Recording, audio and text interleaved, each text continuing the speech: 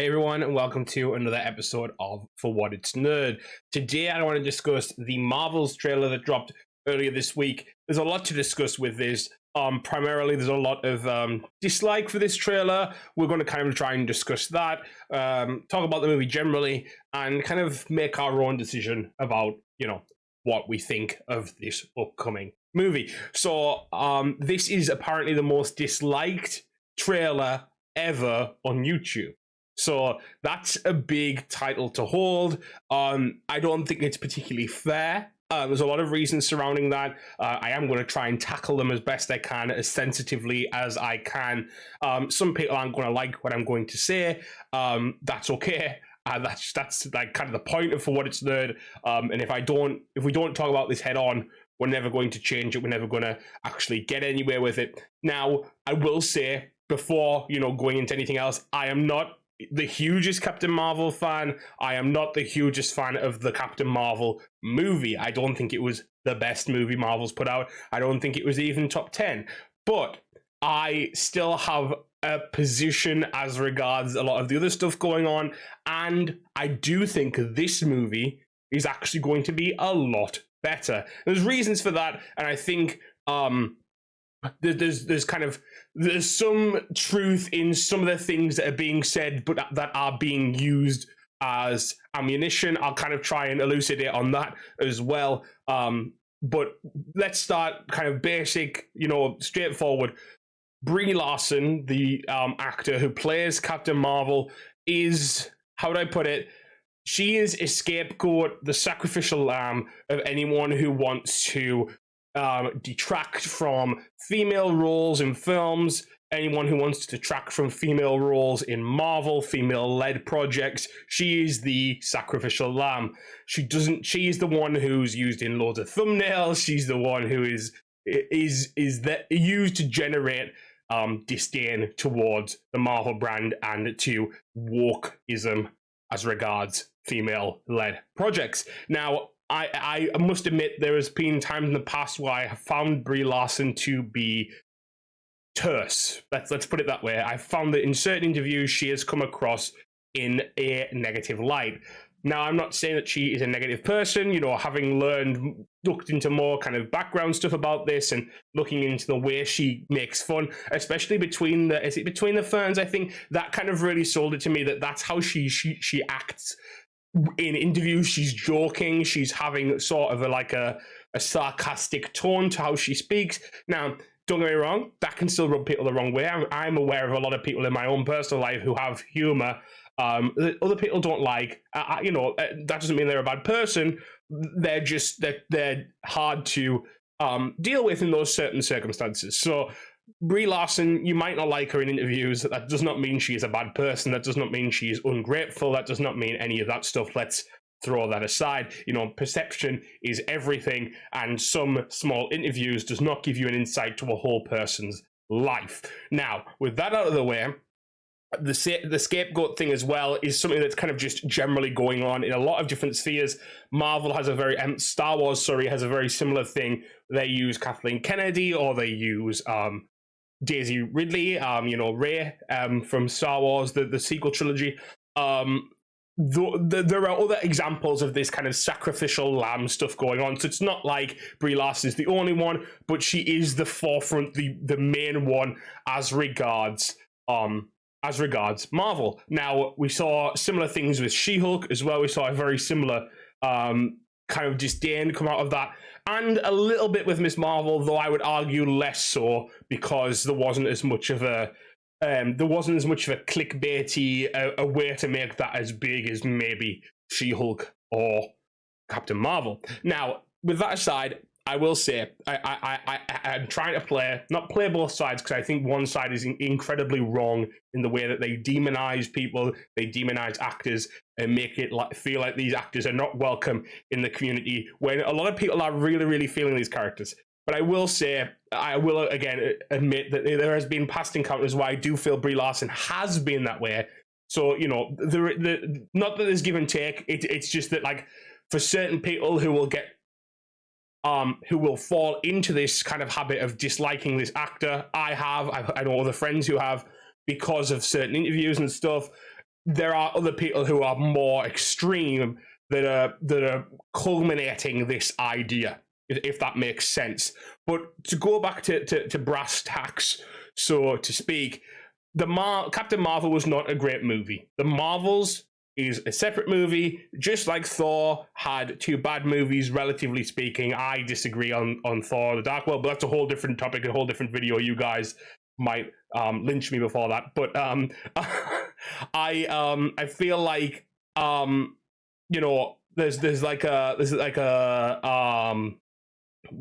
there's like this sense that anything Captain Marvel is inherently bad, and I disagree with that entirely. I think any story, any project that is separate from a previous project has the potential to be good. Again, Captain Marvel is not my favorite character, but I think this movie has some potential. Why do I think that? I think the issue with Captain Marvel 1 is she was insular, and not just insular in the sense of she was in the 80s. This movie was set, the first movie was set in the 80s, but she didn't really have her set of characters yet. You know, the one character she had was her best friend, Maria, who was essentially a side character who was always going to not be in or not be as prominent in a sequel because time was obviously going to catch up with the rest of the MCU. So you had a character who, relatively speaking, was solo, apart from Nick Fury, but we knew where Nick was heading. You know, you get this situation where really Carol had to stand on her own and be enough on her own without the characters around her, because you had to propel her then straight into Endgame. Now, that's partly a failing of the studio, but I think it's also partly a failing of perception of how much work that had to be put into that to make it work for Endgame on time. Now, some people will argue again that that is not any excuse, but you can't introduce all these characters in 2008. It's just impossible. Like, you can't have all these characters exist as long as Iron Man have, so there will be characters who feel slightly jostled in or slightly less developed than others, because that is how these things work. There was always going to be a solo movie that happened right before Endgame that didn't fit necessarily with the overarching narrative thus far. There was always going to be a newcomer to the board, so to speak. And you're seeing it now. There's going to be, like, for example, the Fantastic Four movie is arguably going to come out right next to, if not on top of, Secret Wars or Kang Dynasty, and then they might not even feature, is the rumor going around at the moment. So you see how these things work. You see how sometimes you're going to have heroes who don't immediately get into the big thing, or when they do, they're slightly different because you have to kind of pace it correctly with the rest of the things going on. This is a massive undertaking anyways. Now, why I think the Marvels is going to be better is that I think not only do we have we had time to let the concept around Endgame, etc., breathe, we also have the situation where we have other characters who are Captain Marvel aligned, Captain Marvel designated, so to speak, in this property. Now, I'm not saying that they weren't in one, I'm just saying that they're stronger in two, because you have a Captain Marvel fangirl in Kamala Khan. You have the opposite of that, maybe Carol's least favorite, least biggest fan at this current juncture in Monica Rambeau. You have Nick Fury again, but this is Nick Fury in the kind of cutting edge of the MCU, so to speak. So his story is part of Captain Marvel's story in this one. A lot better idea. You have also the Khan family, which is going to be an interesting dynamic compared to, like, so you have this very terrestrial story, this very terrestrial idea, compared with this very cosmic story. You also have Kree villains that build on the stuff with Yon-Rogg from Captain Marvel 1, but also they don't seem like the primary antagonists to the film, if that makes sense. It feels like this story is situational. It feels this story is about coming to terms with yourself and your allies, and I think that's something that Captain Marvel in general was the issue, right? It was that she can do everything herself. She doesn't need any help. And don't get me wrong, that's a very big, important step for empowerment of women in movies, and I agree with that kind of idea, but that trope is starting to wear thin because people want relatable, everyday people even in their superhero stuff. And yes, everyone loves a go-getter. Everyone loves your essentially like your Barbie that can do anything. That's a bad idea. But like with the Barbie movie coming, that's kind of the idea that's kind of prevailing, is that people like this idea of this amazing this like woman who's like pretty, this woman who is everything, who can do everything, and it's not Supergirl is not real, so to speak. She doesn't exist. Superwoman doesn't exist, and so you know, there needs to be a sort of like regularity within the character, even at a cosmic level. And so this idea of being able to rely on your team and rely on those around you is something that seems very integral to the Marvels, but in a way that still has an empowerment of women and a kind of a strength of female characters, in that the three that are intertwined are all, you know, women. They're all of different origins. They're all of different, you know, they're different backgrounds. They have different, you know, it is about more than just Captain Marvel in this. And some people have argued since the announcement that the Marvels was going to be called the Marvels, that this was because they felt that Brie couldn't lead her own project. I personally disagree. I think this was always sort of heading this way. It's the Ant-Man and the Wasp's conundrum, so to speak. Would Monica have led her own title? I don't think she's a strong enough of a character, not, you know, as the character herself, but as a brand, to go that far. Captain Marvel works because it says Marvel on the tin. If you hear Marvel is creating a Captain Marvel movie, it works. Miss Marvel is sort of the same. That's why she got her own show. But that, again, was slightly lesser because, you know, you've got to introduce this character who is, relatively speaking, still young comic-wise. Like, she is a young character, but she's also young as regards her length of comics. She came into the universe in 2015, so she's not even been around for 10 years, as opposed to Captain Marvel, who, whilst, you know, the Captain Marvel iteration of Carol Danvers hasn't been a long-spanning thing, the idea of Captain Marvel, has been even longer, much longer. So, like, you have to understand that this was a move very similar to having Ant-Man and the Wasp. Now, don't get me wrong, I think in another universe, Wasp could have stood on her own as well. I'm not saying that that's some kind of, like, dig to Wasp, but Ant-Man and Wasp are a duo that has always kind of existed in the Marvel space to a degree. And so it makes sense to have some heroes that work together all the time. It's like if they did a different way of doing the MCU as regards Captain America. Let's say they spent more time with him in World War II. You might have had Captain America and Bucky Barnes, or Bucky, Cap and Buck, or, you know, something weird like that. Like, you might have had these other different versions, or you might have had, you know, the Invaders, which would have been, you know, Namor alongside Captain America, and the first iteration of the Human Torch, for example, with Bucky. There's all these different, you know, characters who generally have a lot to do with other characters. There's the big ties in the Marvel Universe. If you look into these comics, if you look into these stories, there's characters who are almost integral to each other. And that's what this is, in my opinion. Now, as the movie goes, it seems like it's going to be a bit of a romp through space. It seems like it's going to have a lot of different things going on. I am very interested to see what happens. I think this potentially could lead towards the fact that Secret Invasion is happening and then this is happening looks very much like they're leading to some kind of Kree-Skrull something or other.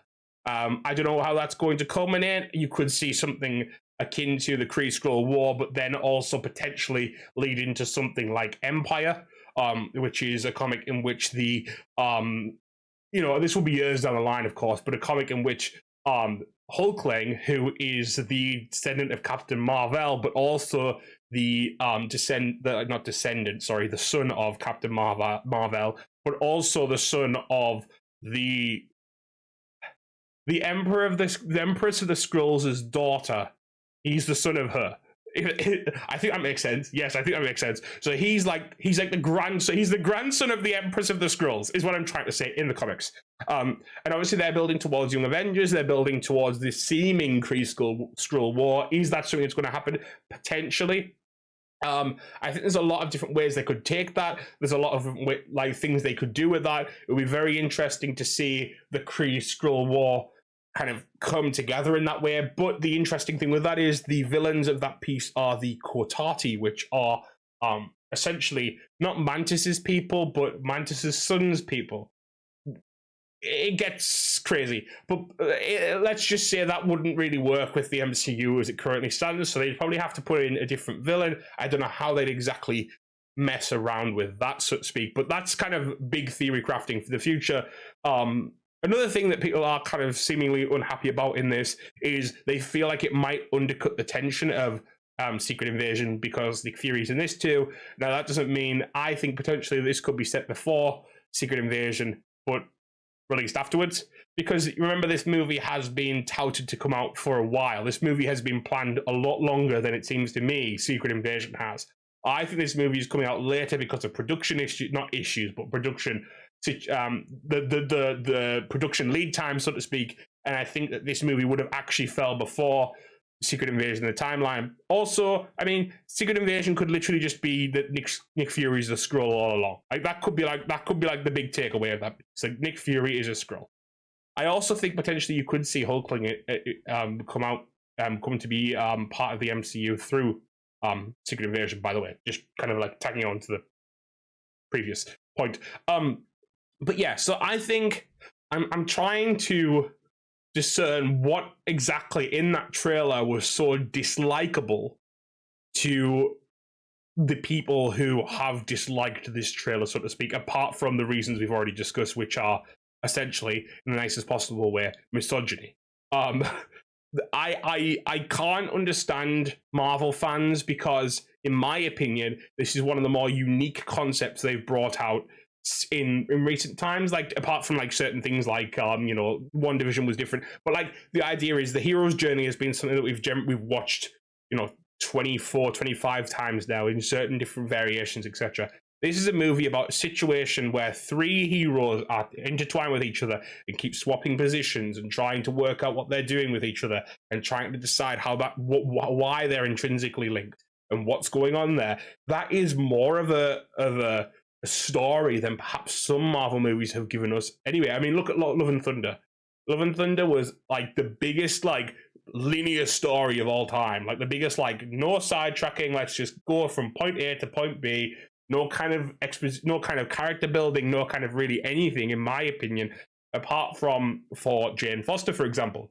But I think this movie has the potential to really talk about character dynamics and women's dynamics and the dynamics of like social groups, because you're talking about the Kree again versus the humans and like how they interact in this kind of environment, because people know of the Kree at this point. The Kree aren't like a hidden secret at this point, and aliens aren't a hidden secret at this point, where in the 80s in Captain Marvel 1 they were, and so were the Skrulls. But like at this point, this is like something that doesn't need to be hidden, just something that doesn't need to be like squirreled away, so to speak. So it's very exciting to see how that's going to change things. Is this like the lead up to an invasion of Earth, which has happened, before Kree have tried to invade Earth? Is this some kind of way of reintroducing stuff like Inhumans, etc.? That could happen. Not that I know a lot of people wouldn't like that, but there's potentiality there for stuff like that. There's a lot of stuff that can happen in this movie, and a lot of stuff that can happen coming out of this movie and before this movie and all around this movie. I think this is a good step for the cosmic part of the MCU. It's also a promise that the cosmic part of the MCU is going to keep continuing. Guardians is finishing in May, like a few months from now. And then, like, imagine if that was like, oh, are we going back to space? And, it's nice to know that we are. It's nice to know that we're going to keep continuing to explore out there as well as here on Earth, so to speak, in Marvel. A lot of the more recent projects that we know about that are coming up are, terrestrial projects, occult projects, stuff like that on Earth. But it's nice to know that we're still going to be in space. Captain Marvel 2 could have, the Marvels, however you want to call it, could have just been all set on Earth. Like, it very easily could have. But it's not. And so I think that should be something that people are happy about and should be excited about and see what's out there and see what's coming next. And, there's a lot to kind of take away from this trailer. And I think it's very exciting for the future of the MCU. And if you're not on board with that, then maybe you should get off the train. Now, bit of a controversial episode, I will admit. Some people won't like what I have to say. Some people will detract from the points that I've made, but I make them with the biggest sincerity the utmost thought and intention in what I say, and quite frankly, if you disagree, let's discuss it. But I think personally, this movie is a good movie and a good step forward for Captain Marvel and the Marvel brand as a whole. As always, guys, thank you for watching/listening.